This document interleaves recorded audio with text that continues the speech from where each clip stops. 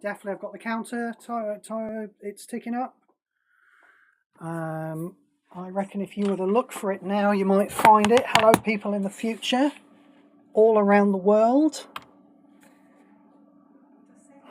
It says I'm live, definitely. I reckon I might be able to hear myself if I was to go to my YouTube channel. I might be able to hear myself on my PC in the background. That's me, innit? I might be able to hear myself. Yeah, there I am. Hello, people. Are you in, Sarah? You found us. Hooray! Welcome, welcome. It's been a while, hasn't it? It's been a while since we did part 4. Sorry about that. But I'm here now, and we can probably get the whole rest of the set polished off tonight. Edge of Eternities. Housekeeping? I don't think there's any housekeeping. I think we'll just crack on with some cards, really. I kind of sprung this on people at the last second, so I did give them about 20 minutes warning in Discord, but I'm not expecting a huge number of people to turn up. Let us get into Edge of Eternities. Now, according to my assistant elf, we got up to Sathera last time we were on this. Do I really have 172 cards in this set? That's mad, isn't it? Normally by this point I only own about 12 cards in a new set because I never buy any packs. But of course, Planar Chaos has been giving out packs. I've actually started playing. If you just draw your attention to the top of the screen there, you'll notice I've got far too many crystals and not enough jewels. So I've started playing Trial of the Plains for the first time in years, just to kind of sort that balance out. So I'm getting packs from 2 different sources every day. Oh, look, I've got Pinnacle Emissary. So I have an enormous number of cards in this set. Which is very unheard of for me normally. Sathera. So apparently we did... Do I remember any of the... Yeah, I remember Singularity Rupture. That wasn't for anybody. I remember that. And then presumably we got up to Sathera the Super Void, who... This is a lot of text on there. I can't be bothered to read that again. Oh, hello. We're going to start with Space-Time Anomaly. Fascinating. So there's a concept in Magic Puzzle Quest, well, in Magic generally, actually, yes, there's a concept called card advantage, which you may probably be aware of. The idea of card advantage is you want more stuff. After you've done anything, you want more stuff than you had when you started. It doesn't really matter where it is. If you've got extra cards in your hand or in play after you've done a thing, then that's card advantage. And if your opponent's got less stuff, it's card advantage. If you play a card and it draws 2 cards, you've gained an extra card into your hand. We call that card advantage. And if you play 1 spell that kills 3 of your opponent's creatures, we call that card advantage. 1 spell that only kills 1 of your opponent's creatures, that's a 1-for-1. That's not giving you any advantage over your opponent. That's the thing. But 1 card that blows up 3 things is card advantage. Now, Space-Time Anomaly here. Destroy the top X cards of target player's library. X is equal to half your opponent's, half your planeswalker's life points, your own life points, rounded down. So, this does not generate card advantage, yeah? You're not ending up, you play this, you are in fact a card down. You've not drawn any cards, you've not put anything new into play, all you've done is dumped a bunch of stuff into the graveyard.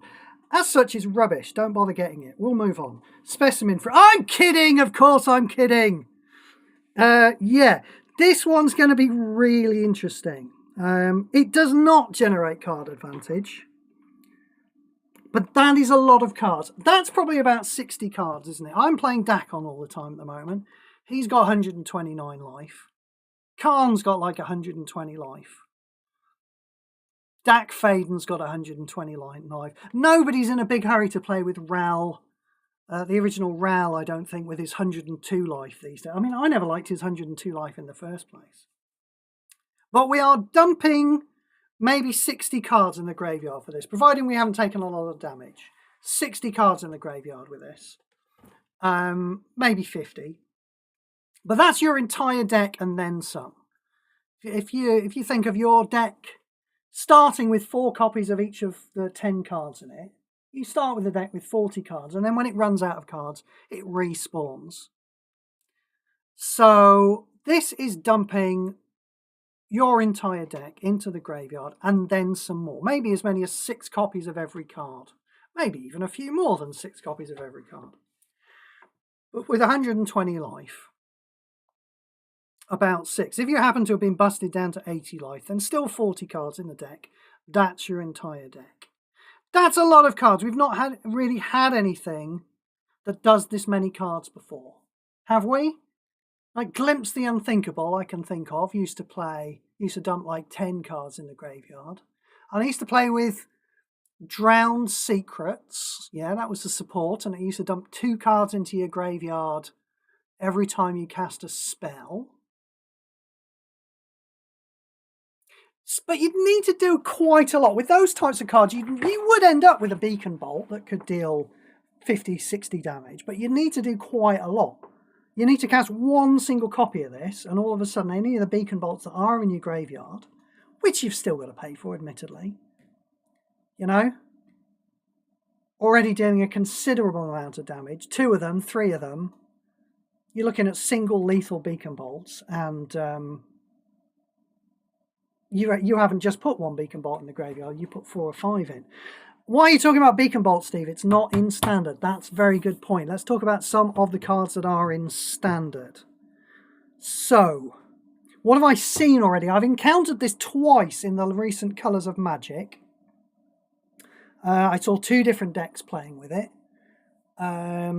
So, one thing we saw with it was some Restore cards. Now, these are all rare, incidentally, or below. So these are legal to play in Colours of Magic, and you also get to play to do the objectives. You can play with mythics in Colours of Magic, but you don't get to do the objectives. But people can do this type of thing. They can play with Lacid Prowler, right? So casting a single Space-Time Anomaly is probably going to dump 4 of these, maybe 6, maybe even some more, into the graveyard. So you can see how this has got the potential to make a creature very, very big, haven't you? 60 cards have gone into the graveyard. 6 copies of this, 12 Restore Gems. Every time you pop 1, your first creature's getting +60/+60. Is anyone concerned yet? What else did we see them playing with? Now, I did see people playing with Constrictor Sage. Obviously, that's less scary. That's a control card. You don't kill people with control cards. But that's a lot of free control just dropping into the graveyard and making itself available off this Restore 3. What else did we see? Let's head off into Revenge of the Rats. Ping, again, perfectly legal to play in Colours of Magic. X is the number of creature cards in your graveyard this time round. Now, I had like 50-50 stacks popping out against me. I don't think that was... So these are 2/2 creatures. I'm pretty sure I only played games where my opponent played 1 copy of Space-Time Anomaly against me. But, bear in mind he can cast more than that. So I had a couple of really massive creatures to face that had been pumped up by that Lassic Trooper we just looked at. I definitely had something with 230 power that was staring me down. I killed it, but it might have killed me. I had this Revenge of the Rats a couple of times come out, put about 50 powers worth of rats into play. One time they were playing with Wisp Drinker Vampire, so every time a rat spawned it would deal me damage as well. So that turn resulted in me taking 50 damage to the face and there being a 50-50 creature in play. So we can begin from that to see what the power of this card is, and that's just in Colours of Magic. Yeah? What can it do outside of Colours of Magic when you're allowed to play with... Oh, well, let's just stay with Revenge of the Rats for the moment, because... I didn't explain why Revenge of the Rats is a thing, did I? The thing about Revenge of the Rats is that, yes, you are dropping a lot of copies of creatures into the graveyard. So if you hard cast this thing for 21 mana, you get a lot of rat tokens. But what you also get is this flashback, you see. Yeah? Now, flashback means when a card enters your graveyard from anywhere, the first card with flashback in your graveyard gains 2 mana. Okay. Now, what I did not see is flashback cost being paid immediately, right? So if I play a space-time anomaly, you'd expect 6 copies of Revenge of the Rats to drop into the graveyard, and then that would immediately play, wouldn't it? If it paid for the flashback cost immediately, 6 copies of Revenge of the Rats you'd think would be putting 12 mana into flashback cards, which would be 3 different copies of Revenge of the Rats. I don't think that happened. I don't think flashback costs get paid immediately by Space-Time Anomaly. But if you play a second copy of it, of course it is going to pay for the flashback costs of cards that were put into the graveyard by the first copy. Now this is important. I wanted to hang around with flashback because this is a particularly dangerous card in Colours of Magic, but are there any dangerous cards with flashback outside of Colours of Magic? Let's just have a quick look. Just quiz yourself just a little bit. Can you think of any really good, like maybe really broken cards that have flashback? Yeah? That you might get loads of copies of into the graveyard playing with a Space-Time Anomaly? Can you think of any of those?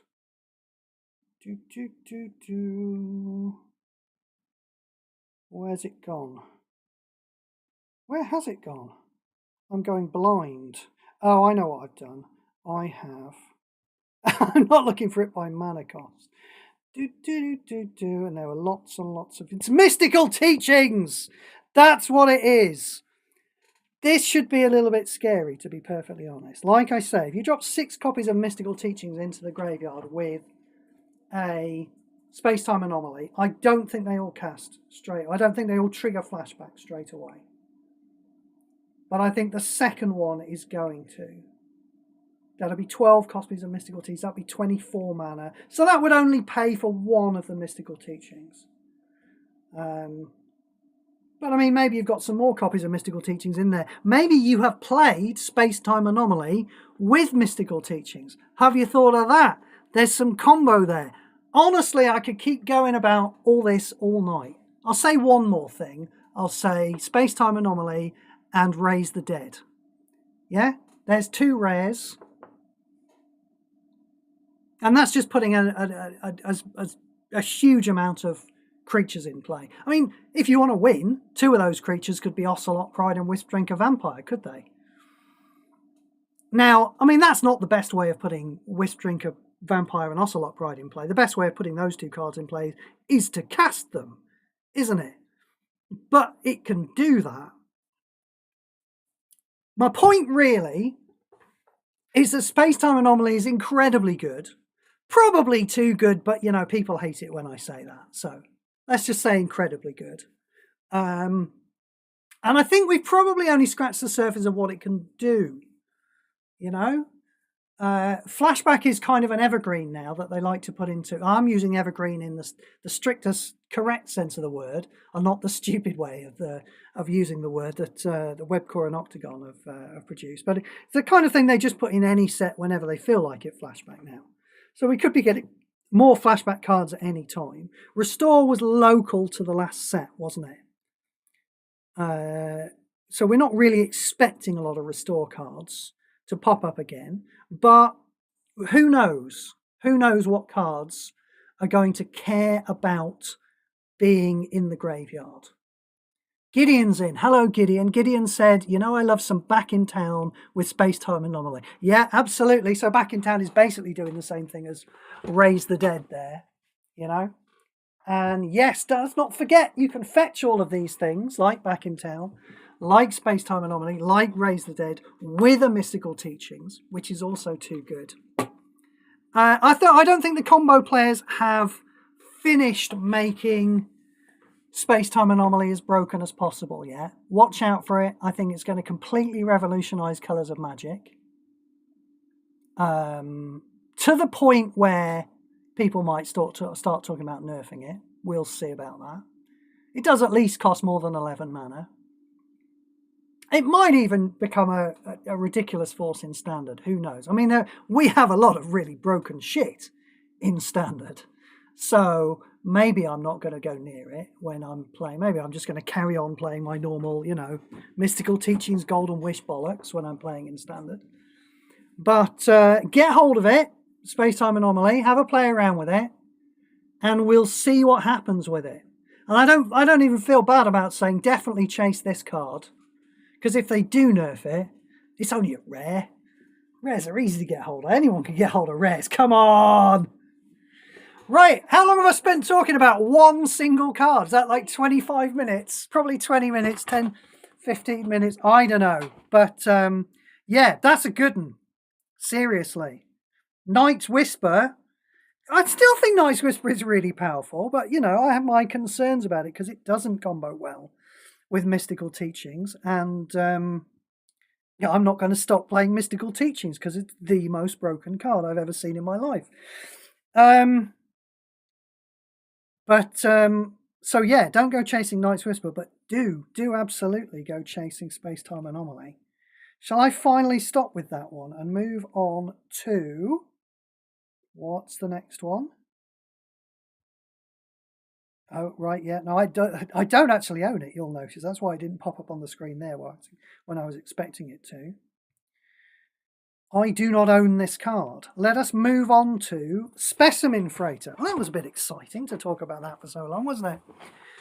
Specimen Freighter. Now we're back to the shit. Now we're going to have a load of shit cards for the next 30 cards, probably. When this card enters the battlefield or is reinforced, return a random opposing creature card to their owner's hand. 1 for 1, not good enough. 13 mana, not good enough for Colours of Magic. Yeah, I was thinking about this. Did I mention this in the last set review? Is that, like, if there's anywhere for these rubbish station cards, you'll notice I haven't bothered reading the rest of the card, and I'm not going to either. If there's anywhere for it, it is kind of Colours of Magic. Do you know what I mean? If this cost 11 mana, you might look at it for Colours of Magic, because it is a 1 for 1, and 1 for 1s are more relevant in Colours of Magic. We do play with things like Ray of Ruin, and we do play with things like, what are some other 1 for 1s in Colours of Magic? It's been so long. I'm playing with all board sweeps these days. I'm still all about the no witnesses. Oh, those bind cards that I can't remember the name of. Anyway, 1 for 1s are a little bit relevant in Colours of Magic, but only when they cost 11 mana. We're not paying more than 11 mana for a 1 for 1, because if you're paying more than 11 mana for some removal, stick a fucking Ghostway in your deck. Do you know what I mean? I don't think there are many one-sided sweeps, are there? Oh, what am I talking about? There's Deem Inferior. There you go. That's a one-sided sweep that costs 11 mana. It costs 12, but it gets reduced a lot, so it basically functionally costs 11 all the time. But yeah, we don't want 1 for 1s for station cards. If you'd have made some 1 for 1s that did a station thing, and they cost 11, I might have played them in Colours of Magic. Because, of course, in Colours of Magic, you're not setting yourself back by getting a loyalty swap. A lot of the time, you actually want a loyalty swap. I do. I'm playing Quintorius Cand in Colours of Magic. I want to get loyalty swaps a lot of the time, because I'm not bothered about putting 1 Thopter token in play, or giving one of my opponent's creatures -1/-1. Couldn't care about that. Could care less. So I might be getting loyalty swaps. So I'm not foregoing that mana. That cost of getting a loyalty swap instead of a mana swap to put mana into your cards is not there in Colours of Magic, because you always get that first 2 cards full of mana anyway. So yes, Colours of Magic would have been the place to play some of these station cards, but I haven't seen any that are worth playing. There's a rare, isn't there, at 16 mana, I believe it is, that does a 1 for 1 for any card.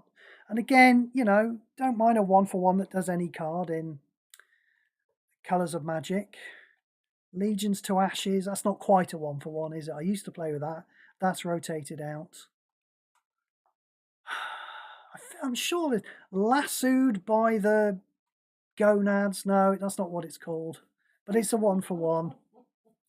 Anyway, we move on. Squire's Lightblade. Rubbish. Starbreach Whale. It's always whales. It's always star whales, isn't it? Everyone's doing star whales all the time. When this creature enters a battlefield, surveil 2. This is another one of those cards that makes me think they've forgotten that you don't actually draw a card when you surveil. You know? Warp 3, that's no good in Colours of Magic, is it? Because you can't put mana into your cards in Colours of Magic. And we wouldn't want to warp it for Surveil 2 anyway. That's a waste of time. Rubbish. Starfield Shepherd. When it enters the battlefield, convert 2 gems to white. Rubbish. Starfield Vocal. I don't even feel bad about skipping through all of these rubbish cards today because I spent so long on the first one. Starfield Vocalist. When a creature enters the battlefield under your control, reinforce it 2 times. So I'm going to guess that it works on itself. So this is a 10 mana creature that is a 9/12. Oh, it's a shame, isn't it? So close to being a 9/11 creature, but never mind. It's a 9/12 creature. And of course it applies to all of your creatures and token creatures as well, doesn't it? And there's no limit on it either. So there's actually a little bit of power on this, isn't there? I mean, I was thinking about Colours of Magic, obviously, at 10 mana. I'm not too bothered by a creature, no matter how big it is. I say that. If it was 50-50, I wouldn't mind it too much. But a 10/10 creature, I'm not too bothered by. This, of course, affects all your Thopter tokens as well.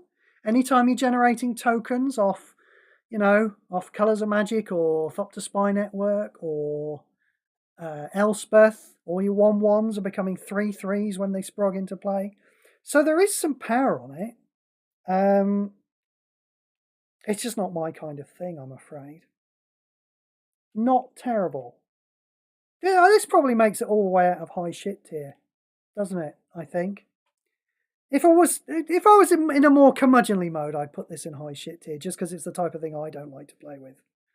So it's a thing that makes your other things even more powerful, i.e. win more. But I'm feeling nice about cards today, so I'll put it all the way in mid tier, not even in shit tier. Move it all the way up to mid, but it's definitely not going any higher than that. Because, at the end of the day, it is still a creature that powers up your other creatures, and creatures get shot, Starfighter Pilot. When this creature attacks Surveil 1, rubbish. Starport Security. Activate 2. Disable target creature until the beginning of your next turn. It's not a terrible effect, is it? But just everything else that's written on the card is but activate 2, 1/1. These are all bad things written on the card. So, which is not to say I would like to see activate 10 written on this card. Activate 10 would turn this into a playable card, but I do not like the way that they did that with Demolition Field. I don't think it fixes the problem of activate gems just by making a card that puts loads and loads of activate gems into play. Because it still doesn't really, even though Demolition Field is a good card and I play with it all the time, there are gameplay concerns with it. I can't be the only person who's played Desolate Mire and Demolition Field at the same time, and you just have to click around for ages finding out which activate gem is associated with which card. So there's mechanical gameplay reasons why you can't fix, in inverted commas, activate like that. Anyway, this has got bad numbers on it and is therefore bad. Starwinder. 18 mana 7/7. When a creature you control deals combat damage to your opponent's planeswalker, draw X cards. X is the damage dealt this way. Okay. So this is like a super turbo sigilled starfish, isn't it? Super turbo Jessian thief. But because it doesn't put mana in the cards, I'm not sure we care. Warp 10, draw 6 cards. Yeah, but we could be playing with even a bloody Days Undoing puts some mana into the cards. Admittedly, not a lot, and Days Undoing is far from a playable standard card these days. Time Reversal's putting some mana into those cards. I just think the amount of cards it's drawing, which is a lot, is just rather irrelevant at the moment, you know, because there's so many ways of putting cards into your hand with mana in them that even getting 6 cards every turn, which functionally probably translates to about 2 or 3, is not good enough if they're not putting mana in them. Shame that. What would it be like if we didn't have mana filler givers? I mean, that could be an exercise for you to talk about amongst yourselves, to be perfectly honest. Station monitor, because we shouldn't, should we? We shouldn't have Dragonhawks and God, I can't think of any more off the top of my head at the moment. Villainous Wealths and Loot, the Key to Everything's, and Infamous Cruel Claws. We shouldn't have all those cards. They're bad for the game. We didn't have them for the longest time, and we did just fine. I'm sorry. I was playing with Urza earlier on today. You remember him? He used to convert, you know, just put a land into play and convert 4 gems. 4 gems! We used to think that was good, converting 4 gems. Don't get out of bed for that these days. Don't even play with the clue lands. Thanks to Desert. I don't even remember. I've definitely gone old man ranting at Cloud. I don't even remember where I started from. I've lost my way. I can't remember how to get home. Let's just move on then. Let's re-anchor ourselves and start talking about Station Monitor. When you cast your second card each turn, cast a drone token. Obviously terrible. Steel Swarm Operator. At the beginning of your turn, the first artifact card in your hand gains 5 mana. Don't we have Loot in green who costs about this much and gives you 5 mana into your hand every turn and does not require it to be an artifact card? That's really the killer, you know. I wouldn't mind a card that gave you 5 mana every turn. I play with Swarmyard all the time. Swarmyard's a little better than this. Loot is a little better than this. Well, of course they are, because this is only putting that 5 mana into artifacts. And honestly, I feel that's the killer. And as such, it will just not see any play. So, sorry. You know, it's quite powerful, that. But, yeah. Power all directed into artifacts. It's kind of the wrong direction to be directing it. Sunset Saboteur. War, discard the last card from your hand. Maybe a new line there? How about that, to make it more readable? When this creature attacks, a random creature you control gets +1/+1. 14 mana! That's too expensive. I was expecting that to cost about 6. Yes, even a 4/1 with Menace. I was expecting that to cost about 6. So bad. Sunstar Chaplain. Yeah, I mean, honestly, probably at 14 mana, it doesn't feel like it makes it into high shit tier. I think it has to stay in mid shit tier, honestly, at 14 mana. Sunstar Chaplain. When this creature attacks, if you control 2 or more other creatures, creature gets +2/+2. Activate 2. This creature gets -2/-2. Then disable an opposing card at random until the beginning of it. This is a real Clive card, isn't it? It's just needlessly complex, and nobody cares because nobody's going to play it. Are they? It's not good enough. It does some interesting things, but not things that anybody gives the slightest shit about. Sunstar Expansionist. When this creature enters the battlefield, create a lander token. We know those are crap, don't we? Landfall's creature gets +1/+0 until end of turn. So rubbish. It's a human knight. I'll probably end up... Any type of human I often end up mastering in Face the Hydra. But I won't be happy about it. The best humans to master in Face the Hydra in Node 1 are the ones that like put another creature into play. I don't mind mastering those ones in Face the Hydra. So this isn't even one of the best cards, one of the best rubbish human uncommons to be mastering in Face the Hydra. Sunstar Lightsmith. When you cast your second card each turn, this creature gets +1/+1 until end of turn. Maybe that's what they should do with this second card thing. This is obviously a mechanic in this set, isn't it? when you cast your second card each turn, which is in fact Celebration, isn't it? It's weird that they haven't used Celebration. Maybe they actually put some thought into it and decided Celebration, with its clinking glasses icon, didn't have the right kind of name for a spacey set, and that's why they haven't named it Celebration. Maybe they just forgot Celebration exists. I think that's more likely. But they're obviously doing that as a theme in this set. This is an unnamed mechanic that appears a lot in this set. And do you know what? Maybe this is where they should have done mana filler givers from the start. Do you know what I mean? We shouldn't have had Loot. We shouldn't have had Cruel Claw. We shouldn't have had Dragonhawk, definitely. But if you're going to make a card that gives you draws a card and gives you full mana in it, maybe this casting your second card in a turn is the kind of, power down that kind of effect would have needed in order to make it balanced. Too late now. Genie's out of the bottle. Everyone wants their toys. I get it. But I tell you what they don't want. They don't want, when you cast your second card each turn, this creature gets +1/+1 until end of turn. That's not what they want. Rubbish. Survey Mechan.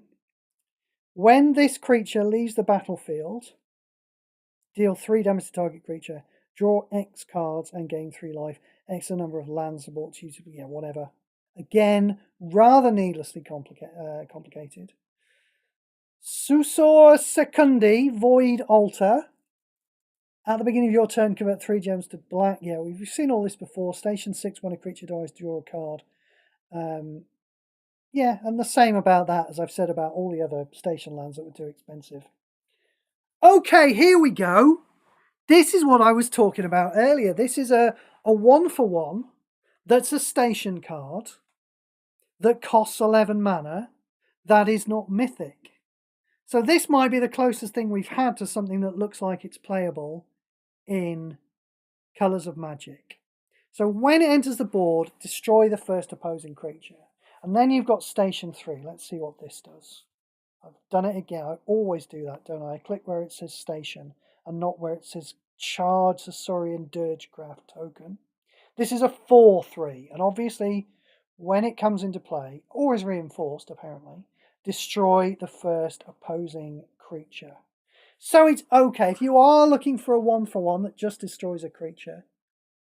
I mean, I have been looking for some 1/1 control cards for Colours of Magic last time around, but I was always looking for ones that destroyed supports. That's why I was looking at, Lassoed by the Law. I remember the name of it, yes, not by the Gonads. And Make Your Move, there's another one. So I was never really looking for 1/1 cards that only killed creatures. But this is certainly worth throwing into the card pool. Probably not as good as Cracked Skull, but I don't know, maybe you want to kill this creature straight away and you don't want to wait for it to attack. It's worth throwing into the card pool for Colours of Magic. Honestly, though, I think it pretty much is a 1/1. I don't think you're going to have loads of fun turning it into a 4/3. Maybe I'm wrong about that. It's a little difficult to get rid of support cards some of the time. Grist can certainly get rid of them. Grist is really the only one person you're worried about playing, isn't it? Should be. So Grist doesn't have any problems, getting rid of this and 2 other supports at the same time. So definitely not a great card, but worth throwing in the card pool. Saurian Voidborn. This has got a lot of words on it, hasn't it? Clive has obviously taken over the designing duties this late stage in the set.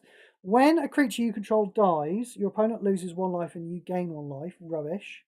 Triggers 2 times. When an artifact support, blah, blah, blah, blah, blah. Absolute garbage. Just take the trigger off. Why not? I don't fucking care. It's only triggering when a creature you control dies. It's not triggering when it comes into play.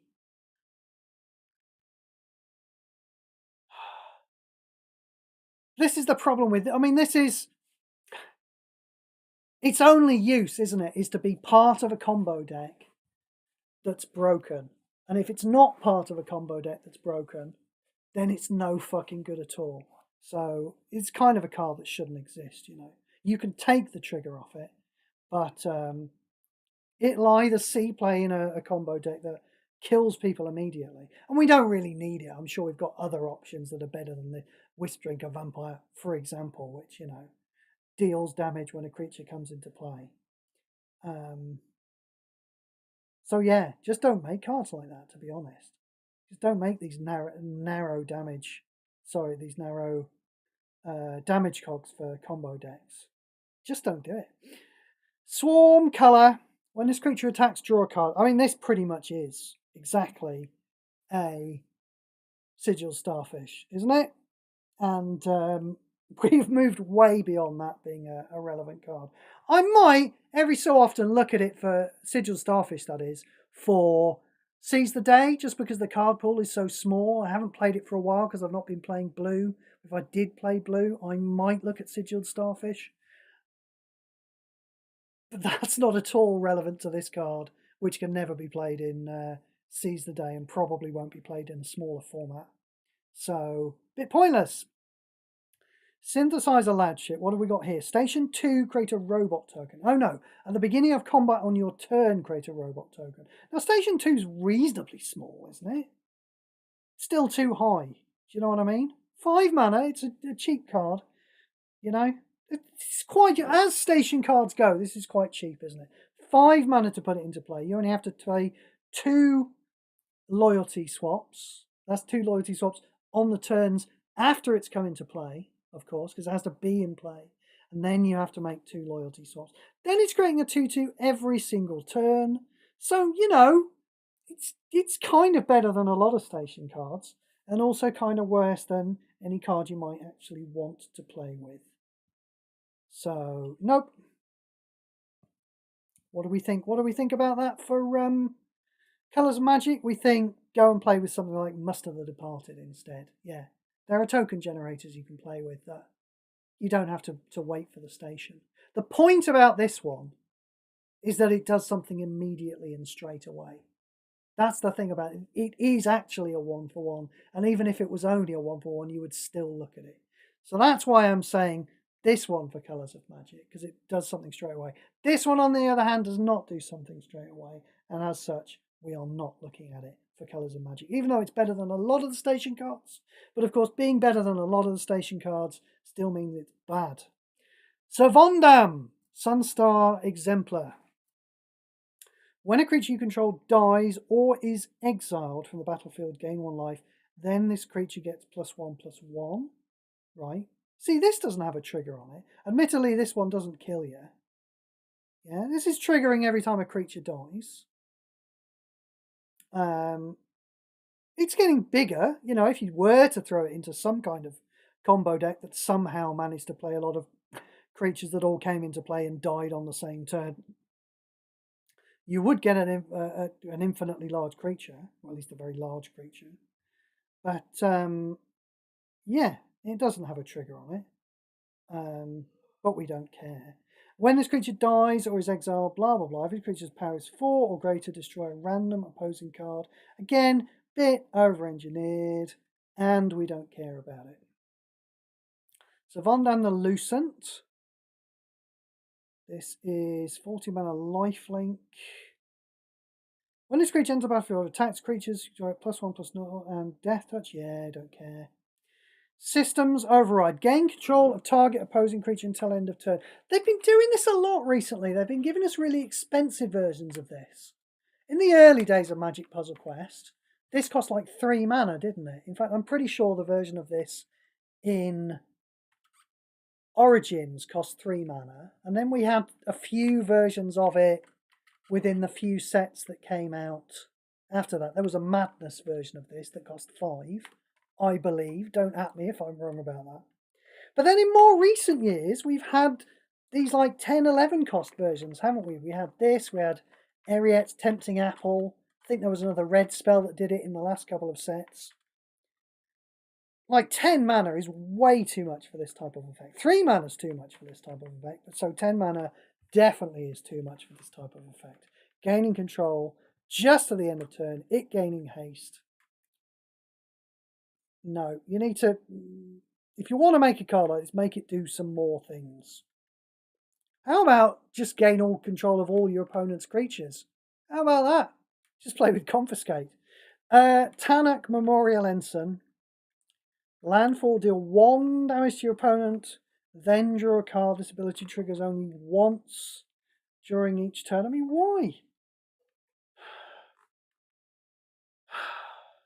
But again, you know, you take the trigger off, and the only use for it really would still be to put in an infinite combo deck. And who wants a card like this in an infinite combo deck, really?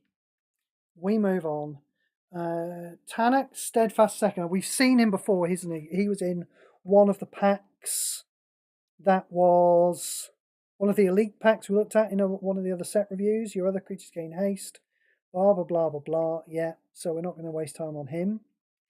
When this creature enters the battlefield, increase the station value of your cards on the board by 1. Right, well that's just rubbish. Beginning of your turn, each creature you control with toughness greater than its power gets +2/+1 until end of turn. Yeah, feels like they're running out of ideas, doesn't it? They're over-engineering cards in the same way that Octagon used to. It feels like that's ramped up. Is that true, do you think? Are these cards more over-engineered than they used to be in the last couple of sets? You can at me about that one. I'm interested in your opinions. Temporal Intervention. Your opponent discards a card, then your opponent loses 2 life. That's not good enough, is it? It's not even good enough for Colours of Magic, where, you know, we used to like, what was it called? Aggressive? What was it called? Aggressive Behaviour? Yeah, it used to make your opponent discard 2 cards for 11 mana. No, my Aggressive Sabotage, I'm told, by my elvish assistant over there in the corner. Thank you very much, Sarah. You know, honestly, I think the effectiveness of that card has probably dropped off since Painful Quandary's gone. People are still obviously playing with Cracked Skull in Colours of Magic, because it does actually kill a creature when it attacks. But yes, this certainly isn't good enough. Make another 3 mana, 3 cost one that makes your opponent discard the first card in their hand. That might be fun. Yeah, that might be dangerous. We've got Infinite Obliteration. It's not that far away from that. I've seen people play Infinite Obliteration against me, in fact. Do you know what? In fact, I actually lost 2 points in Seize the Day just yesterday, because somebody was playing Infinite Obliteration and they made me discard my objective cards. So I had to win the game before actually putting objective cards down. So yeah, make another one of those. It was in, I want to say it was in Zendikar, well, Battle for Zendikar. We used to have one that cost 3 mana and made your opponent discard the first card in your hand. Make one of those. I'd be interested to see how that impacts standard. Terminal Velocity. Probably wouldn't have much effect. Terminal Velocity. Put the first artifact or creature card from your hand into play under your control. If it's a creature, it gains Bravery, Haste, and Imminent Death? What the fuck?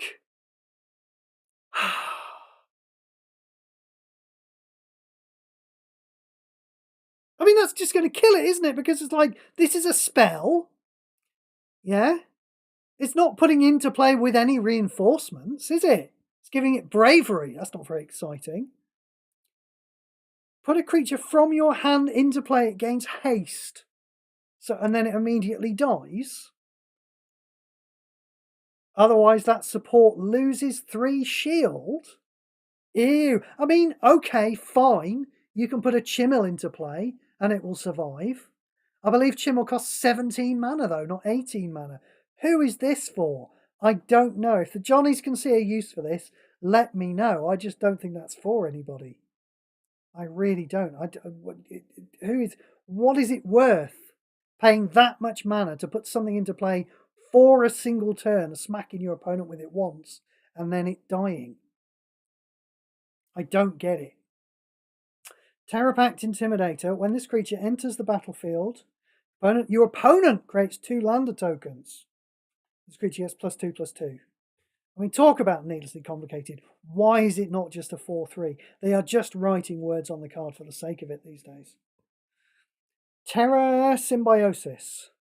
When a creature you control attacks, if this creature is not buffed, it gets +2/+2. Otherwise, it gets ++1. Then draw a card. I mean, that just seems like a really terrible Thought to Spy Network. And given that Thought to Spy Network is not good enough, why? 14 mana, so not good for Colours of Magic. We're comparing it to basically, I think, to Muster the Departed from Colours of Magic. Anyone got that? It is hard to get hold. That's a PM2 card. But quite good for Colours of Magic. If you still care about killing your opponent by attacking them, which you should not. What you should be doing in Colours of Magic now is playing Quintorius Cand. Colours of Magic is all going to flip-flop, I think, fairly soon anyway. It'll become fairly obvious that playing it fair and trying to put creatures on the board and leave them there and attacking your opponent, it will become obvious once Space-Time Anomaly starts to get everywhere that is a strategy for chumps. You know? So, this is a bad card. And not even good somewhere you'd think would be more suited to it. Territorial Bruntar. Landfall, gain 2 mana. It's another one of those 15 mana 5/5 type things, isn't it? That we were putting in mid-shit tier. I guess, therefore, we have to put it in mid-shit tier. Maybe low mid-shit tier. Because it's got a defensive ability on it. I don't know.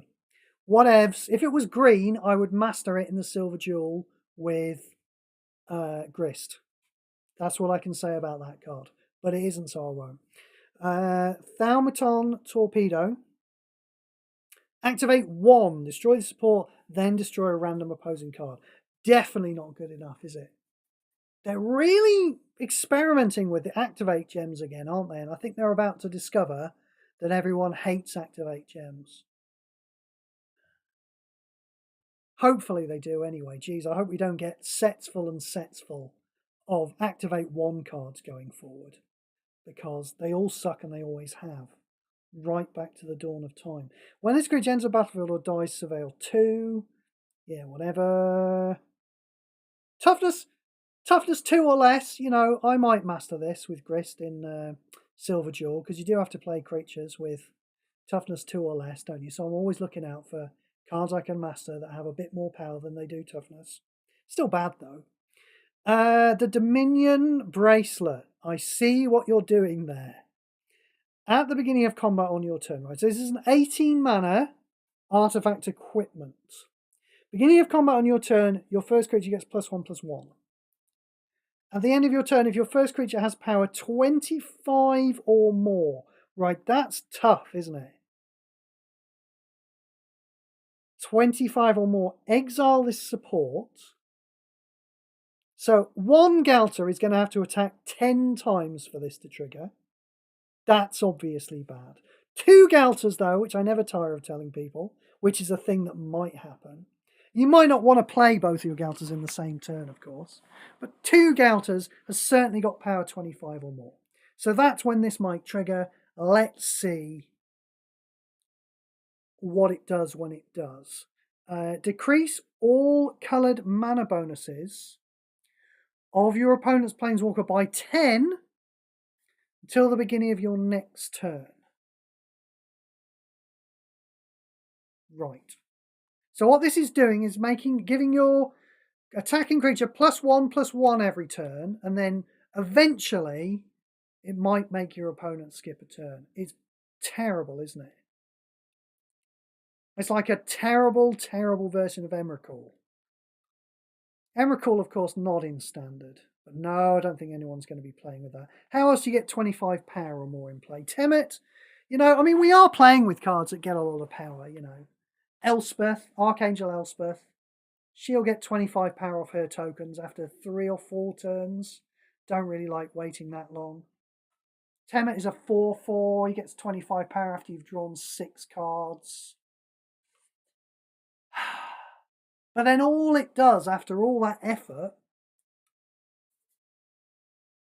is just decrease all coloured mana bonuses of your opponent's Planeswalker by 10 until the beginning of your next turn. Rubbish. We move on. The End Stone. Oh no, I'm fascinated by the End Stone, definitely, because the End Stone is kind of a Rashmi in paper.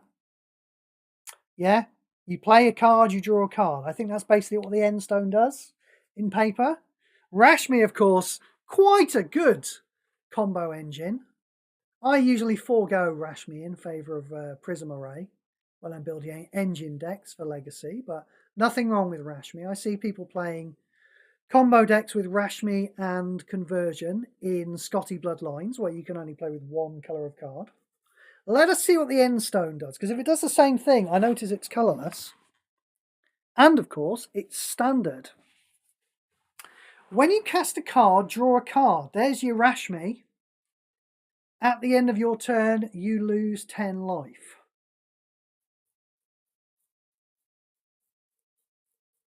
Okay, well, again, you know my thoughts about losing life, you know. And this is a lot less life to lose than Knight's Whisper.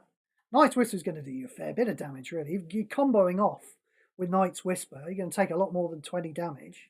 This is only dealing you one lot of 10 damage on that turn when you combo off, and it isn't even dealing it to you until you get to the end of that turn.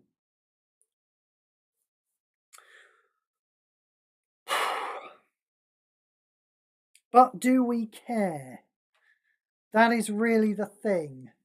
If we were still living in an age where we had lots of conversion, like we used to in the old days of Magic, we might care. You know, it looks just like a worse version of Rashmi if you're doing that. You know, Rashmi, you don't lose a life, and it costs 3 less mana, I believe. These days we don't have the same kind of conversion doing the rounds, do we? You know, to build a loopy deck these days, you've got, you know, Tempt with Discovery, and Galter only works once, and as far as conversion goes, you've not got much else. Your loopy deck in Standard at the moment is all drawing the cards as well. You don't need another card to be drawing the card, because Phenomenon Investigators is drawing the card as well as paying for it. And Genesis Wave is drawing the card as well as pay for it. And Sylvan Shooter is drawing the card as well as pay for it. And Bright Glass Gearhulk is... Do I have to keep going on? I could keep going on. So, I don't know. I really don't know. Don't chase it, but probably worth picking up. And like I say, for some Legacy event like Scotty Bloodlines with a more limited card pool, maybe you might find yourself playing it. The thing about Scotty Bloodlines is that, you know, you've got those conversion cards, but they're all green, so that puts you in the colour of Rashmi anyway. Maybe you play with both. I don't know. A respectable card, but only worth playing as a combo piece, isn't it? Isn't it only worth playing as a combo piece? I mean, why do you play with this over Dragonhawk? Surely you don't. If you're not trying to be cheap and draw lots of cards, you don't play with this over an actual mana filler giver, do you? Because who wants a card without mana in it?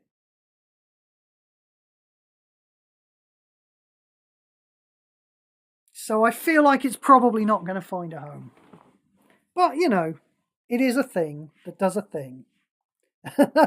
It's a thing that does a thing. You can quote me on that. The Eternity Elevator. At the beginning of your turn. Oh, yeah, here we go. Another one of these expensive station things. Station 9? Fuck off! Jesus Christ, I thought Station 4 was bad. I mean, that's ridiculous, isn't it? 4 gems to your Planeswalkers cards. We need to. Webcore, please, we need to make these lands cheaper. I get it. I understand, right? You made the Clue lands in MKM. You made them cost 13 mana. We all said that's too expensive. So you made them cost 7 mana, and they were too good, and you're terrified of doing that again. The trick, then, is to make them less powerful. You can make lands that cost 7 mana. Yeah, they just can't convert 4 gems. That's too many. I know what you're all saying out there. You're saying, no, Steve, they're not. Those Clue lands aren't even good enough in the new Standard. Yeah, but Webcore are powering Standard down. Do you know what I mean? They did notice the power creep. They are taking certain steps to power everything down, you know? So, yes, we should be looking at lands that cost 7 mana that only convert 3 gems. But 15 mana, nope. Nope. That's not what lands are for. You can make some more like Swarmyard as well if you like. You can make some that just give you mana so that we can actually play them when we might encounter a desert, which is too fucking powerful and just spoils everybody's fun. Swarmyard, I think, is too good. But there's loads of opportunity to make... Can you not think of like 50 more cards you can make that look almost exactly like Swarmyard and just do little different things? You know, like putting different types of tokens in play. Yeah. Or maybe not putting tokens in play and gaining life. Yeah. Maybe gaining roughly 5 life, which is around the amount of, you know, green gems there are on the board or something, you know, or half that number. Or gaining 4 life. Do you see what I mean? It's very easy to create a load of cards like Swarmyard that are more powerful or less powerful or whatever. There's loads of design space to be wading around in. And yet the design space that you're wading around in is lands that cost 15 mana, and that is a bad area to be wading around in. The Seriema. That sounds like a euphoric trance track from the 90s, doesn't it? Or maybe the early 2000s. The Seriema? That's what I think. When this support enters the board... This is station I see at the bottom. Okay. Well, that's the station icon, in fact. I should be looking at that. So this is 8 mana. Fairly cheap. Fetch the first legendary card from your library. It gains half its mana rounded down. Not every turn. You just one time it comes into play. You get the next legendary card from your graveyard, which might be another one of these. We never want that, the card fetching itself, really. It only gains half its mana. It's not very powerful. At the beginning of combat on your turn, legendary creatures you control get +2/+2 on first strike. Right, well, first strike we know is absolutely pointless. +2/+2 is pretty pointless as well, isn't it? And then station 5, that's too expensive. Create a charged the Seriema token. Okay, not the charged Seriema token. There's probably some rules reason for it. Maybe it's even called charged the Seriema token in paper. I don't know. Just seems very ugly though, doesn't it? This is a 5/5 and of course does all of those things. And it's overcomplicated and not good enough. There we go. Thrumming Hive Pool. Oh, is this going to be Thrumming Bird adjacent? It is not Thrumming Bird adjacent. It looks like it's got slivers though. That's definitely a sliver coming out the pool. That is pretty fucking rad artwork, isn't it? It seems like they're breeding slivers out of pure gold to me. It just looks really awesome, that artwork. I love it. At the beginning of your turn, for 15 mana, it seems expensive, create 2 colour sliver tokens. They're going to be 1/1s. So for 15 mana, we're getting 2 1/1 tokens a turn. 2/2. So we're already at the 2 week end of token generation cards. At the beginning of combat on your turn, your sliver creatures get haste and double strike. At the end of your turn, reinforce all sliver creatures you control. Right, so the double strike's getting us closer to Thopter Spy Network, isn't it? So what we're doing is we put into play, we don't get anything straight away. Next turn we get 2 tokens. They get double strike haste, we deal 4 damage. They reinforce, goes up to 3. The turn after that goes up to 5. We deal 10 damage. Yeah. 6, 4 damage, 10 damage, 16 damage. I don't know. I can't bother to do the maths from that point. So we're still at the weekend, to be perfectly honest. Going in for 4. Why?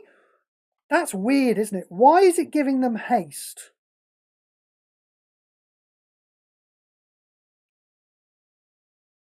I see, yeah. No, I'm with it, yeah. It's giving them haste because it doesn't create them straight away. I'm getting confused between the 2 areas where it triggers. It triggers at the start of your turn, so you put it into play, you get nothing.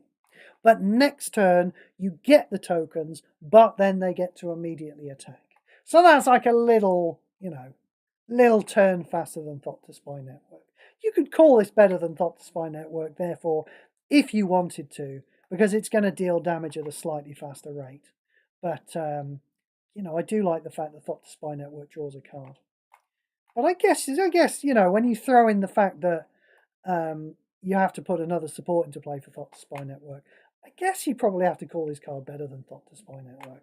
Thought to Spy Network, of course, not good enough for current standard. Is this better than Archangel Elspeth? No, I'm definitely going to say no. It's not generating as much power in its attack, and it certainly can't give them all lifelink out of the blue, and it certainly can't pop a load of things from your graveyard into play out of the blue. It's a token generator. It's not good enough. Again, go and have a look at Muster the Departed, which is a token generator, which I don't even like. Timeline color. At the end of your turn, if a creature, blah, blah, blah, return this card from your graveyard to your hand, then you lose 2 life. It's a bit uninteresting, isn't it?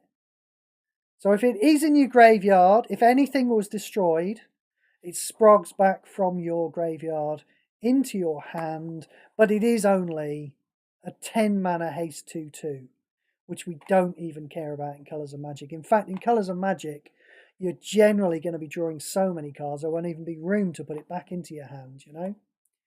So, and you can't always in Colours of Magic, because there is still some discard going around. You definitely couldn't do this back when Painful Quandary was a thing. But there is still, you know, Cracked Skull. So you don't always want to, you know, just exile a load of cards from your hand in Colours of Magic just to create room. Because then you might end up, hang on. Excuse me, that was a powerful one, wasn't it? You might end up with 0 cards in your hand if you discard things from your card to create room. But you certainly don't want to create room in your hand for a 10 mana 2/2 with haste, if that's all it is. So definitely not good enough. This is the type of thing that might just turn up out of the... something like this that pops back out of your graveyard is the type of card that might pop up over the course of the next 3 years that we can use with Space-Time Anomaly. This one, clearly, nowhere near good enough. Tractor Beam. When this support enters the board, the first opposing creature is disabled.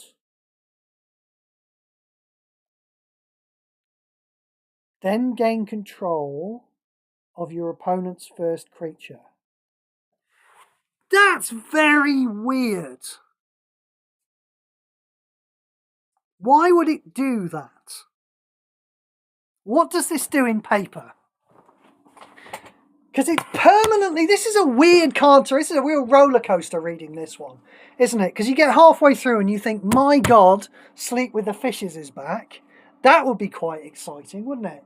None of this fucking stun token thing. Just a permanent disable, yeah, of one of your opponent's creatures. But then you take control of it. And that is absolutely what happens, isn't it? It disables the first opposing creature. Then you gain control of the first opposing creature. I mean, is it possible that it would disable something with a defensive ability and then your opposing creatures would swap order and you would gain control of something else? I don't know. Even if that were possible, that would seem extremely niche. You are permanently disabling one of your opponent's creatures and then gaining control of it in a state where it's permanently disabled, so you can't take advantage of it. What a strange card. What does it do in paper? Tractor Beam MTG. I mean, does it just put stun counters on it, or does it tap it? Ah, right, yeah, okay. So this is what it does in paper. You tap it, you control it, and it doesn't untap. So much more relevant in paper, of course, because while a tapped permanent can't attack, it can't be tapped to pay for tap costs. Continuous effects like... why can't I think of a single continuous effect in the game? Stasis in the game of Magic. They will still happen. But that's not what happens here in Magic Puzzle Quest. The creature is disabled, so any effect it might have had is wiped away. So what we're left with really is a 1-for-1 removal. There are ways to undisable creatures, but they are very weak and not generally worth playing with. I don't even know if we've got effects that undisable. Back when Sleep with the Fishes was in Standard, there was a card you could play with, in Colours of Magic no less, that would undisable a creature, which you sometimes needed to do. But it was always easier, I thought, just to play with more than 3 creatures and just to build over something that was permanently disabled. I kind of don't see a use case for this. It's new and original, but at the end of the day, it just looks like a 1-for-1 removal for me, and they are not good enough. It's going to hamstring Greg a bit, who's not going to be able to figure out how to play around it. We don't know what happens if you've got 3 creatures in play, of course. Yeah, I don't know. It looks very much like a 1-for-1 removal to me. And as such, not worth playing with. But, you know, keep bearing it in mind. Maybe someone will discover something good to do with it. Tragic Trajectory. Oh, skipped out. Tragic Trajectory. Where's it gone? There it is. Let me just have a drink. Excuse me. Target opposing creature gets -2/-2 and 0 at the end of turn. You may destroy target token creature you control.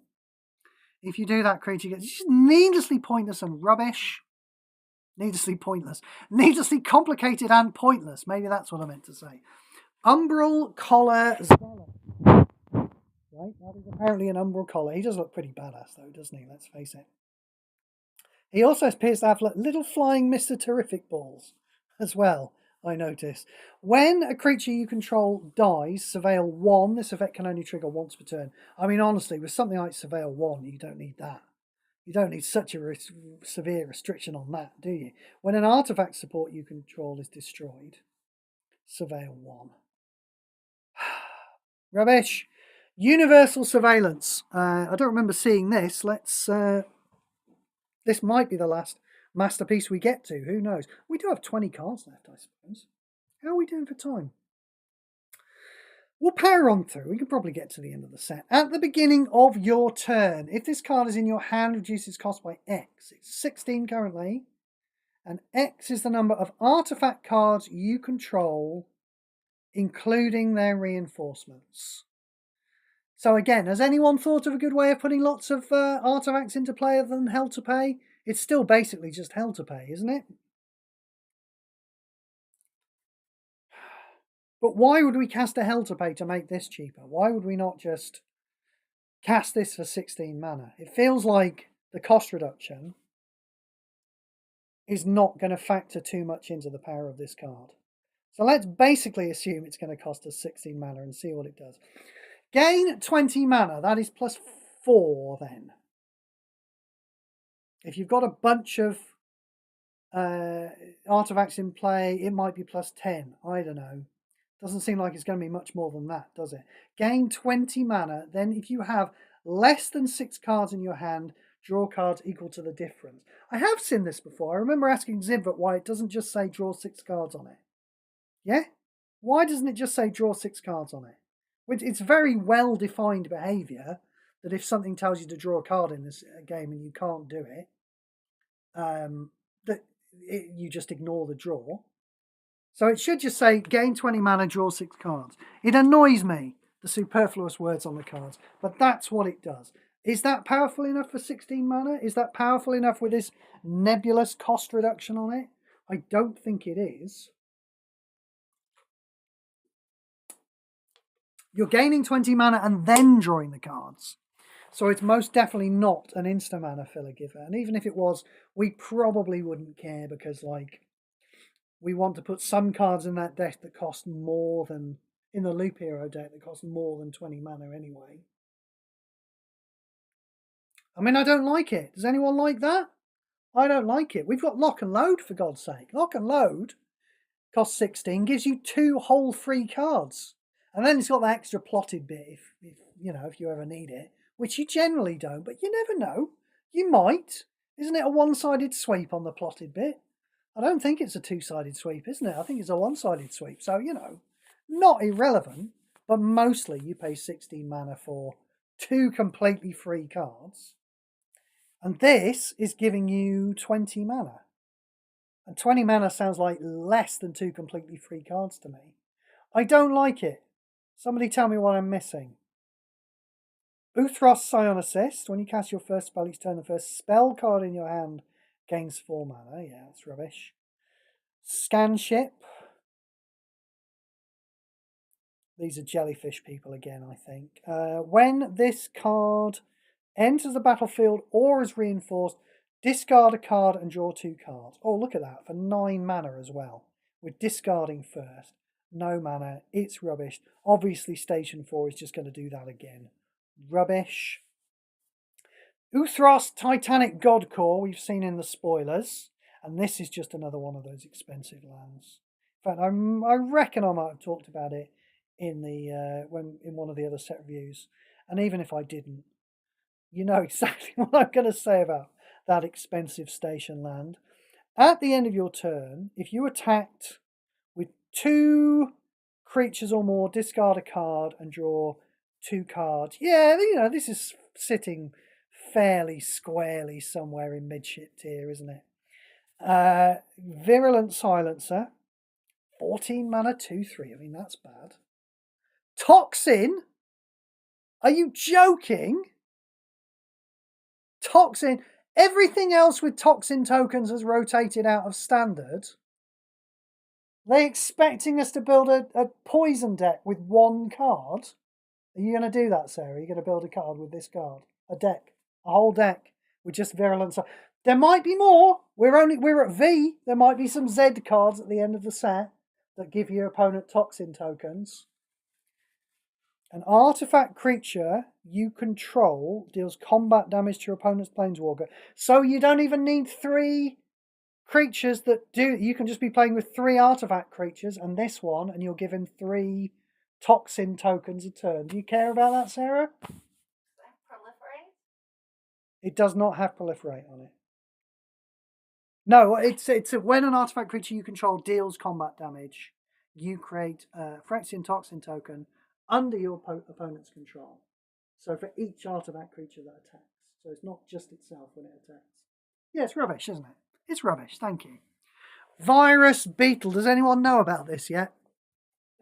I am surprised. I'm honestly surprised that this hasn't had a bug thread yet. And I can only put it down to the fact that we're all enjoying playing with it. Because we've been through 2 whole coalition events now. Suffice to say, it does not do what it says on the card. It is bugged. Obviously, the card itself, when this creature enters the battlefield, your opponent discards a card. That is rubbish. That is basically the same as that 7 mana one we saw earlier. It's not discarding the first card in your opponent's hand. It's discarding the last card in your opponent's hand. So if we're reviewing the card itself, it would be rubbish. However, it has been bugged since release. And I'm not even sure if Webcore know about it because there's no bug thread on about in the forum. What actually happens is if you put any permanent into play, not even cast any permanent, if you put any permanent into play, so that includes, for example, Swarmyard tokens, that's a thing that happens with me all the time, then your opponent also discards a card. So like if I have one of these in play, I cast my Golden Wish, I get 2 more free supports, I'll make my opponent discard 2 cards. Yeah, then maybe next turn I activate my Elspeth, it puts 7 soldiers tokens into play, I'll make my opponent discard 7 cards. It's absolutely broken as it is. We're all having fun playing with it. Nobody's told Webcore about this. Obviously it's going to be fixed, so enjoy it while you can. But I'm a little surprised that like nobody's complained about playing against it. But maybe just a lot of people don't necessarily know about it yet. So consider this me telling you about it. I'm aware of the fact that I don't have the largest viewership in the world. Let's just have a quick look and see how many people we've got watching at the moment. 3 whole people have learned about this, and I'm sure we all know about it anyway. That will be me, Sarah, and Gideon. I'm sure you'll know about it anyway. Gideon, if you didn't know about this card, that's how it's bugged. You want to be playing with it for a bit. It's quite fun. But it'll get fixed. Voidforged Titan. At the end of your turn, if a creature or support was destroyed, exile, blah, blah, blah. Draw a card, then you lose 1 life. Yeah, rubbish. Vote out. Destroy target opposing creature. Okay, that's your basic 1-for-1. I mean, you would play with that station card. Do you remember the station card that I said earlier? You would play with that over this, wouldn't you? This probably just isn't going to make the cut in a Colours of Magic deck. Definitely would never make the cut outside of that. But, you know, that's what it is. It's one of those. Wake the Past. Return all robot and spacecraft cards from your graveyard to the battlefield under your control. 12 mana. 12 mana is cheaper than you might otherwise have for a reanimation effect, but it's a very limited reanimation effect. And in general, these types of things are never worth it. When you can just, you know, pay a little more mana. 8 mana is quite a lot more mana, but it's, you know, it's not a whole lot. For Raise the Dead and just put all of the creatures back into play. Spacecraft cards are generally station cards. They're all shit. Robot cards, therefore, are just going to be a tiny subset of creature cards. So I doubt there's a use for it. There's almost no. When there's this type of card that says, you know, go look for a very narrow, specific type of thing, they're almost always unplayable things. So yeah, so don't go chasing that. But, you know, by all means, surprise me, Johnny Combo players, by building a deck that plays with it. And if you build one good enough, maybe I'll even play it myself. I just doubt it exists. When this support, this Warmaker Gunship at 15 mana, enters the board, deal X damage to the first opposing creature. X is the number of artifact supports and artifact support reinforcements on the board. Well, that's definitely the wrong amount of finite damage to deal. Station 3 is just going to do the same thing. Yes, who cares? Now, I'm reminded of something. Yeah? I'm reminded of Planetary Annihilation. Now, we got to this, I believe, in the last part of the set review. And I was wondering whether this is the right amount of finite damage to deal. Wasn't I? 15 damage to each opposing creature and for each of its reinforcements. Because not only does this kill a Gouter, it kills 2 Gouters, it kills 3 Gouters, it kills any number of Gouters. And I was wondering if we'd finally found the right amount of finite damage to deal. And it occurred to me just this week that we haven't. And the reason is that this doesn't kill something. Do you know what this doesn't kill? This doesn't kill a Gouter with a buff on it. And that's why we don't kill things with damage. Because no matter how much damage you're dealing, you can always find something that it's not enough for. And you could instead be playing with, you know, a Void Rend or a Chaos Warp or a Requisition Raid or something that kills things stone dead without dealing damage. So no, to answer my own question, no, we didn't finally find the right amount of finite damage to be dealing. There was something in this set that dealt 100 damage to things, wasn't there? But again, even with that, a prevent damage creature's not going to die from that. So, yeah, kill things stone dead and not with damage if you can avoid it.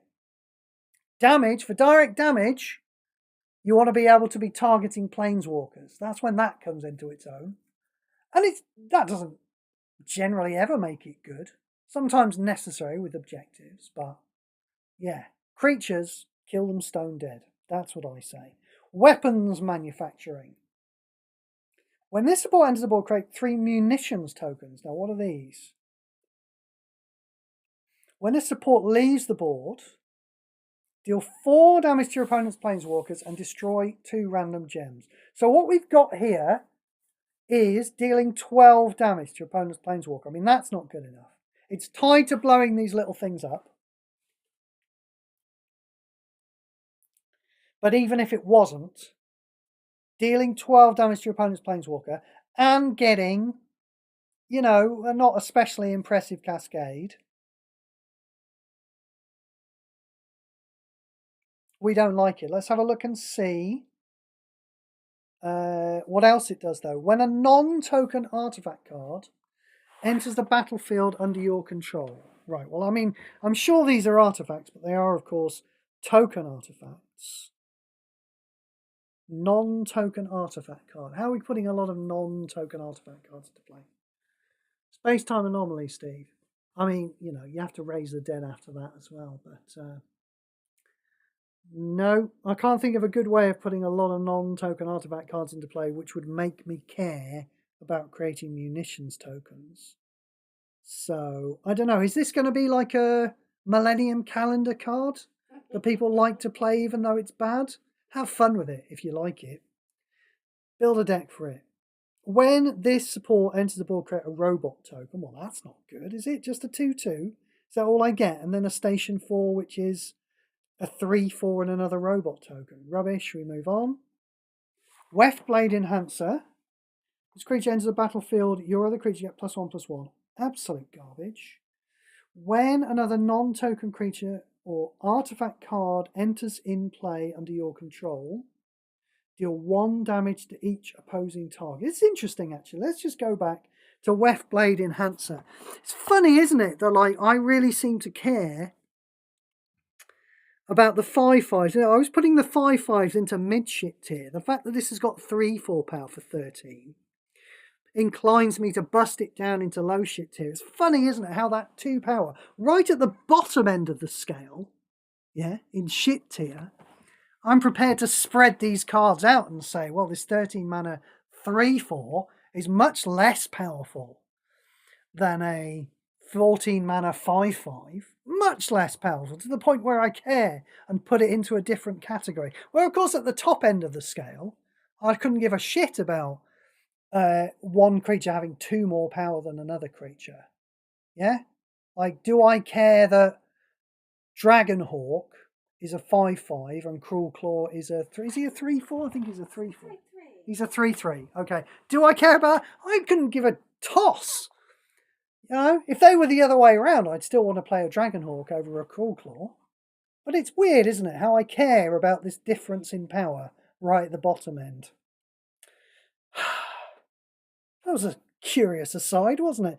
When another non-token creature or artifact card enters play under your control, deal 1 damage to each opposing target. Do you think that includes creatures? This effect can trigger up to 2 times per turn. Yeah, obviously. Damage cog combo has been limited, so we don't care about it. Weft Walking. When this support enters the board, the first card in your hand gains full mana. So straight away what we notice here that it does not draw the card as well. This is not what we would call an insta-mana filler giver. It's not a Phenomenon Investigators. It is giving you full mana into a card, but it's not drawing it as well. Let's read the rest of the card before we go on to the ramifications of that. At the beginning of each player's turn, the first card in that player's hand without mana gains half its mana. So I'm going to play it for 13 mana. It's then going to pay for something straight away. And I know what it's going to pay for because I've reordered my hand. So hopefully it's going to pay for something really good like a Golden Wish straight away. And then I pass the turn. And it doesn't give my opponent a card, but it does put half mana in a card in my opponent's hand. But then he passes a turn and it does it for me.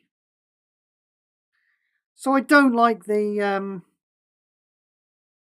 mirror nature, the symmetrical nature of it, you know. I can think of another card that, you know, every turn puts half mana in 2 different cards. And let me tell you, one of them doesn't belong to Greg, both of them belong to me. And that card is Overlord of the Flood Pits. And that, my friends, only costs 3 mana and doesn't cost 13 mana. So as far as this ongoing effect is concerned, it's kind of a bit poo, actually. I mean, you compare it to Chimmel, you know. That, again, 2 cards with half their mana, both going to me, none of them going to Greg. That one does cost 17, but So the ongoing effect we don't like. Do we like the initial effect? Now, the thing about the initial effect is that if you are playing a Loop Hero deck, the idea of the Loop Hero deck is that every single card fetches the next card and pays for it.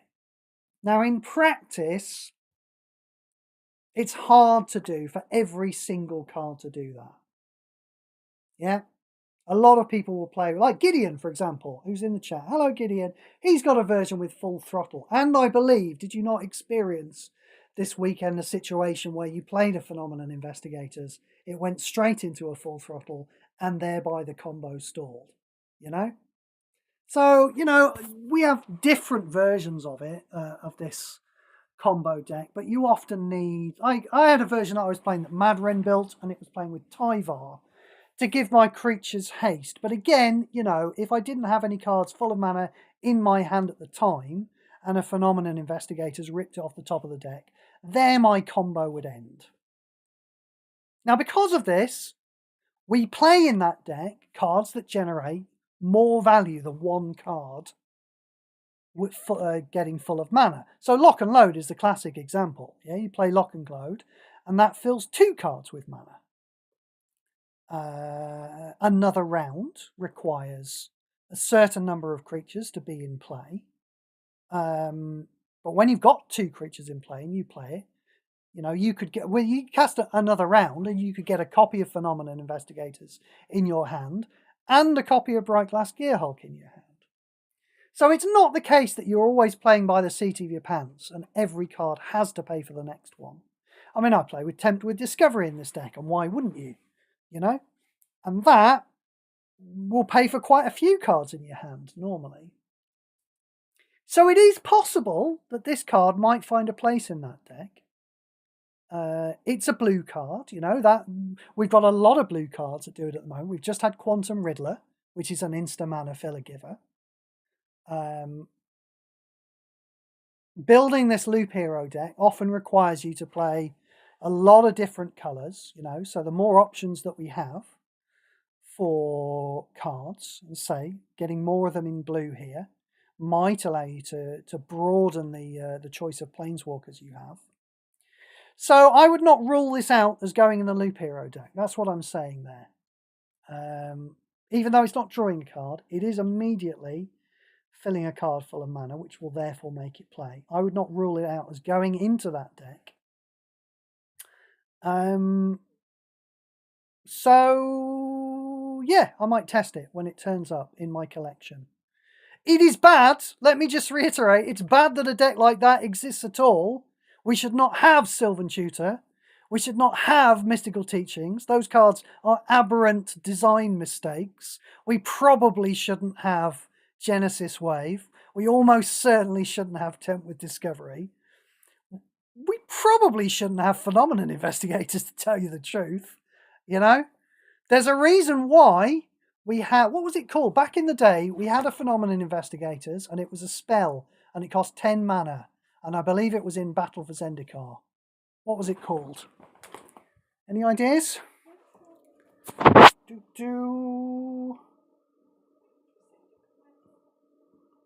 going to go and have a look.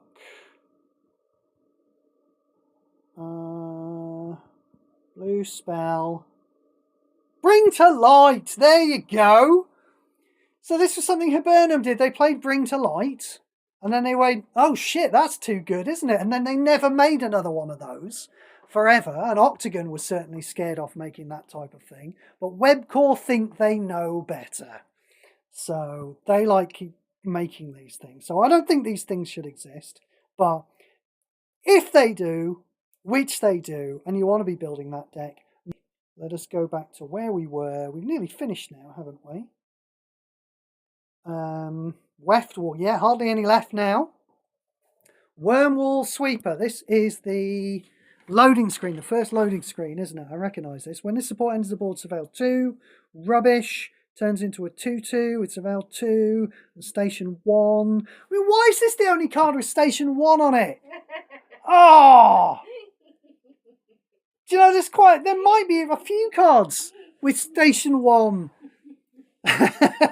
Why is it this rubbish thing that's got Station 1? I think Station 1 is about as high as you should go. I think we've talked about this on the stream. I've definitely talked about it with Goz. We reckon that Station 1 really is as high as the Station thing should go. And yet, they're making Station fucking 9. It was like when they made Ninjutsu. Do you remember that? Hands up anyone who's ever played with a Ninjutsu card outside mastering it. Yeah, I didn't think so. Zoophyte. Osteoharmonist. What's that? Osteo. Is that not bones? Osteo? Like osteopath? Yeah. Osteoharmonist. I'm not sure what one of those is. When you activate your second loyalty ability. Okay, this is new. That's a new thing. That's generally going to be about 15 loyalty though, isn't it? That's going to be expensive. For black, who have we got who's got a cheap second loyalty ability in black? Like Obnixilis, I think his second will cost 9, doesn't it? Shout out if you can think of a good black planeswalker with a really good second loyalty ability that is fairly cheap as well. Obviously, people like to play Liliana of the Veil, you know. I think hers costs like 15 or something.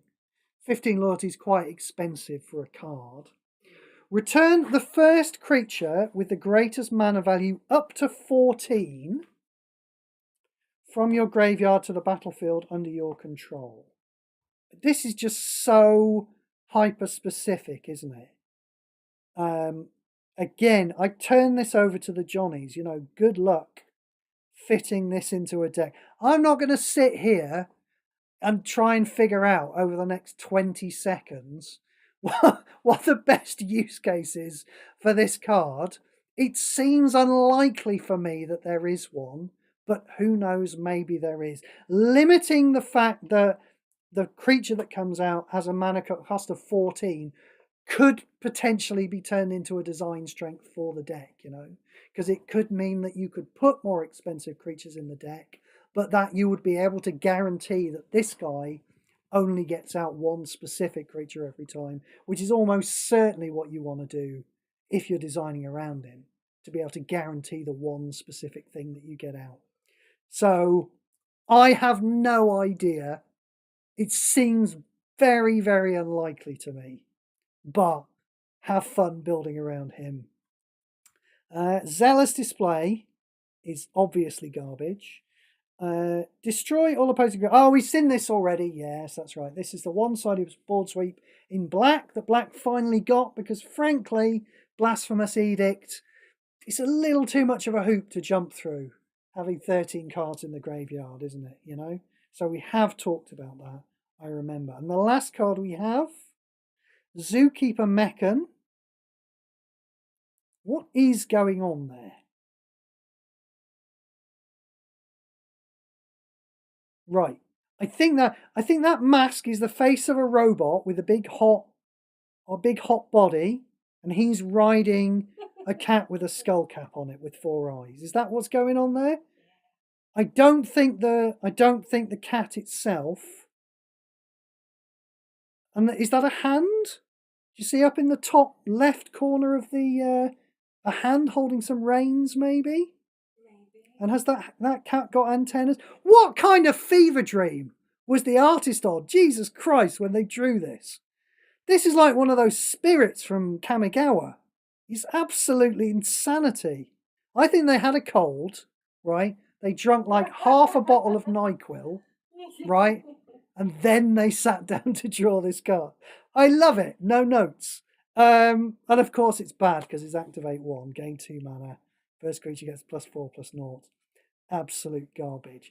There we go. That was that set. I mean, the thing from this set is almost certainly Space-Time Anomaly, isn't it? You know? Get hold of that. Hang around in Discords, find out what people are doing with it. Play around with it yourself. See what can be done with it. Every time a new set comes out, see if you can get something to trigger directly out of the graveyard. Because we flagged up 2, didn't we? We flagged up Flashback, which, again, probably needs 2 different copies of Space-Time Anomaly for you to take advantage of. We flagged up Restore, which again takes a turn for those Activate gems to come up. But there may well be mechanics in later sets that just as soon as those cards hit the graveyard, kapow, something very impressive happens. You know, maybe creatures will just sprog into play for whatever reason. We don't know. And yeah, I would watch out for a nerf from this, actually, because there is definitely the possibility that somebody casts one of these and all of a sudden there's, you know, 2 50-50 creatures in play. And people don't like that kind of thing. That said, Pinnacle Emissary is still doing the rounds at the moment. Pinnacle Emissaries, and it combos with Sharp-Eyed Rookie. Octagon definitely know about that one, unlike the Virus Beetle. And so far have chosen not to do anything about it. They haven't even said anything in the thread about it. I mean, that's almost certainly just because they don't have anybody working on the forums at the moment, and they just don't pay attention to what the players are doing at the moment. Does anyone else think this? Does anyone else think they're slowly turning into Octagon now? They did like 5 episodes of Mana Echoes, and then they gave up doing that and the FAQs and having a forum moderator and fixing bugs a lot of the time. You know, they really have kind of cut back on any kind of engagement with the players. I mean, bless them, they are having to churn out a set every 2 months now. Maybe that's why they've decided they're not going to engage with the forums anymore. But yes, Pinnacle Emissary, I don't know. It seems like it's a shoo-in for a nerf, but you can't never fucking tell with Webcore, can you? Like, they're definitely not going to nerf Ocelot Pride, but there's a difference there. It's very hard to get Ocelot Pride because it's in PM2. But Pinnacle Emissary, everyone's going to have that, surely, aren't they? If anyone who keeps playing Planar Chaos is going to have a copy of Pinnacle Emissary within the next 2 or 3 months, you know. And the same with Space Time Anomaly, because it's only rare, and you will get it if you keep opening boosters. I'm just talking about prize boosters. God, don't buy any boosters. Jeez, no, don't do that. So yeah, there's only a very outside chance that Space Time Anomaly gets the nerf. And yeah, I think it's going to revolutionise Colours of Magic. We'll see. Thank you for coming with me on my journey. That was pretty long, well, yeah, we nearly went 2 hours there. Because I had to talk so much about this one bloody card. That's why. Yeah, we found some relevant things in the set. We found a load of nonsense. And the next set, what is the next? Is the next set Spider-Man now? Yeah. Is that going to be the next set? Now, I thought Through the Omen Paths was the name of kind of the brand they were going to have when they reskinned decks. But apparently Through the Omen Paths is the name that the Spider-Man set is going to have in Arena, and therefore by extension the name of the specific one set that we are going to have. That is a reskin of Spider-Man, and that's going to be the next set that comes along. So and then going forward we literally don't know, because me and Sarah looked it up earlier today. The Last Airbender is the next set coming after Spider-Man. And again, we don't know if they're going to put that into Arena as is, if they're going to reskin it. So that means we don't know if we're going to get the reskinned version in our game, or whether we're just not going to get it and they have to give us another remastered set, or what. But I believe it's been confirmed that we are getting the Spider-Man reskin. I think that's been confirmed. Maybe I'm making that up off the top of my head. But I'm expecting it anyway. So I'll see you all in about 6 weeks or so. 5 or 6 weeks. How long is it? About that long. For Spider-Man. Thank you all for coming in. It's been a blast. And allow me to close this all down. All right, bye.